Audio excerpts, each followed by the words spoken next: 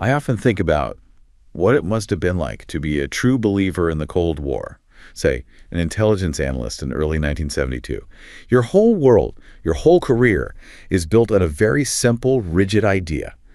The communists are the enemy. Right. Moscow and Beijing, they're this single, terrifying red blob on the map. You spent 20 years learning to hate them, to fear them, to counter them, and then you turn on the television. And everything changes. And there's Richard Nixon, Tricky Dick, the guy who built his entire reputation hunting communists standing in the Great Hall of the People. And he is smiling, and he's reaching out his hand to Mao Zedong. It's not just a handshake. It's like watching two opposing gods suddenly decide to have lunch. The sheer cognitive dissonance of that moment, that feeling that the fundamental rules of the world had just been broken, is the perfect place to start.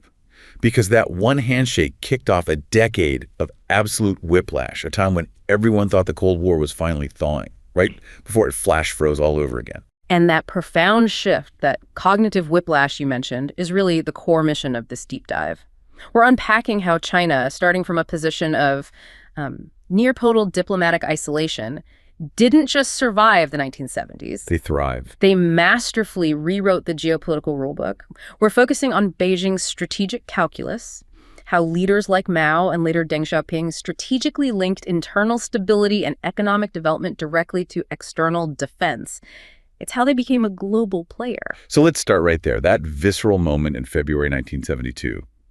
For people outside the high councils of the party, seeing Nixon shake Mao's hand must have been, well, just deeply disorienting. Shocking, even. Imagine a guy, let's call him Lao Wang, a foreman at a bicycle factory in Beijing. For years, he'd lived and breathed the official line. Americans were the ultimate capitalist running dogs. Of course. His work unit probably had weekly sessions denouncing American imperialism. Exactly. Then the People's Daily lands on his desk, and there's the photo. And for Lao Wang, that photo immediately signals two things, and neither of them is friendship.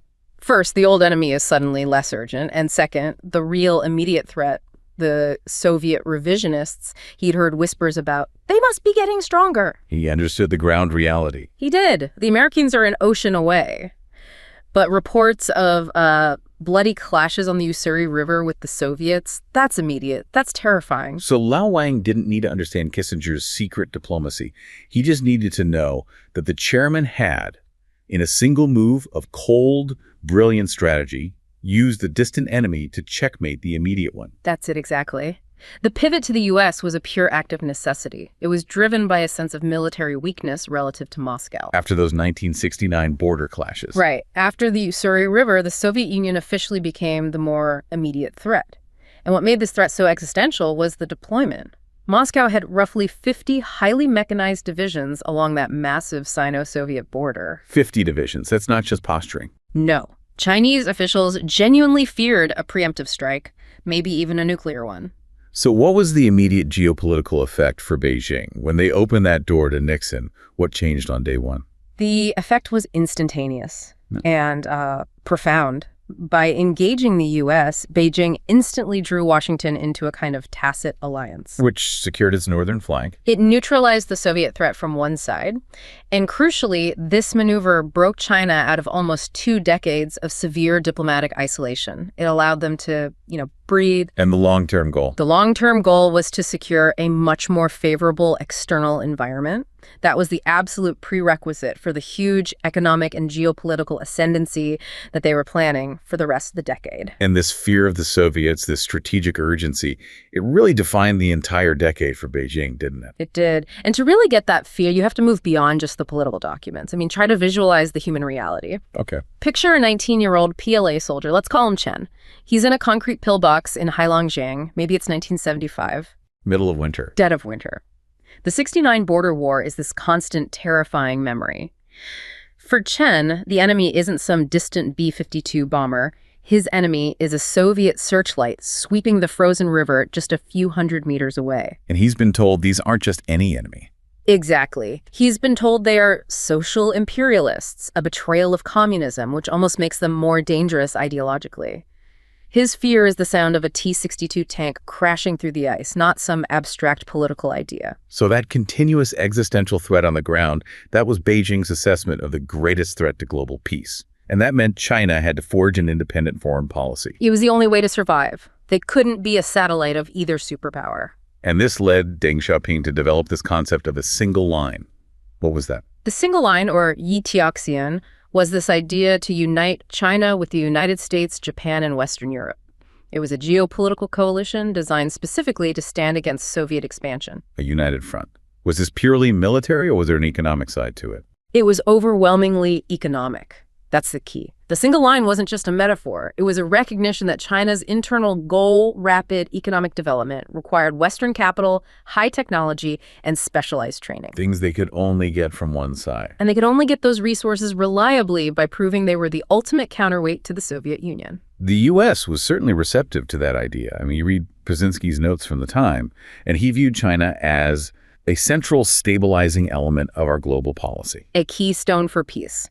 Washington clearly saw the value and prioritized deepening those relations. And the diplomatic wins came pretty fast. They did. You had the Peace and Friendship Treaty with Japan in 1978, and then, most critically, normalizing relations with the U.S. in January 1979.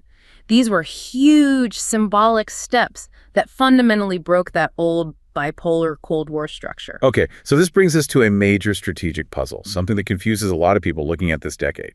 In December 1978, the party launches the huge reform and opening policy. Kaifang, yeah. A policy that was all about needing peace and stability for economic development. Yet just 2 months later, in February 79, China invades Vietnam. Yeah. How do you square that circle? That is the central question of the late 70s. And to understand it, we have to look at the regional destabilization that came first. To see the human side of this, think about a boy, we'll call him Tran, teenager in Hanoi around 78. Okay. His family was ethnic Chinese, the Hoa. They were successful merchants, lived there for generations. But as Vietnam unified and aligned itself really tightly with the Soviet Union, the political winds shifted violently. The alliances were hardening again, and the region was getting hostile. Exactly. Vietnam was flush with victory, and now it was Moscow's key ally. They signed a treaty of friendship in November 78 and then invaded China's ally, Cambodia, a month later. So for Beijing, this wasn't just a regional spat. Not at all. This was their nightmare of strategic encirclement coming true. They saw the USSR cementing its influence on their northern border and now gaining a major foothold, maybe with naval bases, to their south. And the human cost for people like Tran. Immediate persecution. His family's shop was seized. They were pressured to go to a new economic zone, which was often just a death sentence. So they did what thousands of others did. They sold everything, bought passage on a tiny boat, and became boat people. So their tragedy shows that Beijing's invasion, while it was an offensive military action, it was driven by a powerful defensive logic, a logic against what they saw as a major regional threat. Which means Deng Xiaoping framed the war not as a break from reform and opening, but as something he had to do to achieve it. Precisely. Stability wasn't a given. It was something that had to be actively created and, if necessary, defended with force. So the argument was that stability on the borders was a prerequisite for modernization. That's the core of the calculation. Economic growth requires you to focus internally, not constantly divert resources to border defense. If Vietnam was allowed to consolidate its Soviet-backed power, it would constantly threaten China's national development interests, their Fuzan Li. So the war was like necessary surgery to secure peace for future growth. Right, which in turn would reinforce the party's domestic legitimacy. That makes sense of the Chinese strategic concept of active defense, Fangyu. But launching an actual war, that sounds like the complete opposite of creating stability. Yeah. How did Deng sell that? That's a great question, because it shows the strategic flexibility Beijing developed. Fangyu means using active, even offensive measures to achieve fundamentally defensive goals. In this case, ensuring regional stability to protect national development. So the intent was to give Vietnam a severe lesson. A severe lesson, yes. Mm-hmm. And to destroy its capacity to support Soviet goals in the region. It was never about conquering territory. And Deng was incredibly bold about it. He was in the U.S. just before the invasion, basically telling everyone what he was about to do. He was. During his U.S. trip, he said publicly that Vietnam needed necessary lessons.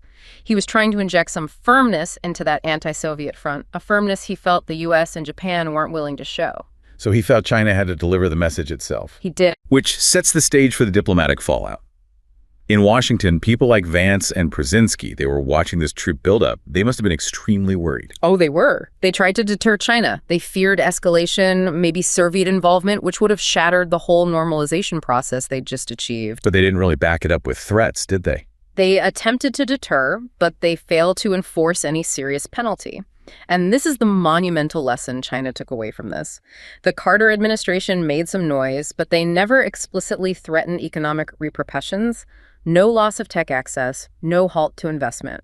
So Deng's gamble paid off. Hmm. His assessment that the U.S. needed China against the USSR too much to actually punish them, it was spot on. Brutally accurate. And this muted American response gave China a foundational strategic insight. A CIA assessment later concluded that Chinese leaders were now more confident that a short, limited invasion wouldn't really jeopardize foreign credit or technology sales. The West's fear of the Soviet Union basically gave China a pass for regional military action. It did. It fundamentally bolstered their confidence that they could use military force to secure the environment they needed for economic modernization without risking those core development goals. And what about the Soviets? They had a treaty with Vietnam. And they did almost nothing. A symbolic protest, that's it. This failure to intervene let Beijing's Central Propaganda Department claim the war had destroyed the prestige, the Weifeng, of the polar bear. It exposed the USSR as a paper tiger. It did. So from Beijing's perspective, they had executed a high-stakes military operation, validated their strategic reasoning, and suffered no real long-term damage from the West. And that strategic connection between military action, border stability, and the ultimate goal of economic development, that seems to remain central to the CCP's legitimacy narrative even today. Absolutely. The connections forged under Deng in the late 1970s, where military action is justified as a prerequisite for growth, they continue to shape Chinese foreign policy. The pivot in 72 and the calculated war in 79 were instrumental steps in securing the stable environment China needed for its economic rise. What makes the 1970s so crucial is that Beijing proved that when faced with a perceived threat to its core interests, it could not only navigate the Cold War system, but actually manipulate it to its own enduring benefit.